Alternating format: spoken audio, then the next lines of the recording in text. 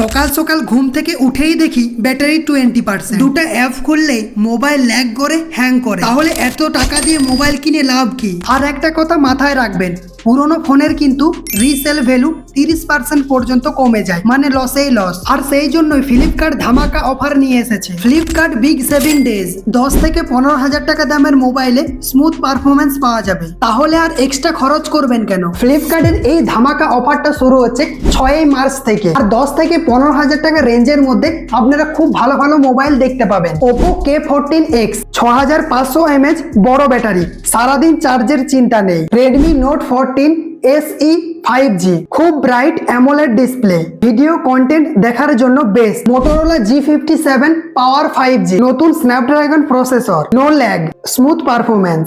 Realme P3 lite 5G, 6000 mAh battery plus 45 watt fast charging, একবার charge করলেই সারাদিন চলবে। ফ্লিপকার্টের এই ধামাকা অফারে আরো এক্সট্রা অফারও রয়েছে। নো কস্ট EMI 449 টাকা থেকে। ডেড ফোন দিলেও এক্সচেঞ্জ ভ্যালু পাওয়া যাবে। কি দারুণ অফার না? রিসেল ভ্যালু কমার জন্য অপেক্ষা করবেন না, ওভার পে করবেন না, স্মার্ট ভাবে আপগ্রেড করুন। 6 মার্চ থেকেই সেল শুরু হচ্ছে, তাহলে আর দেরি কেন? ডে 1 কিনে ফেলুন।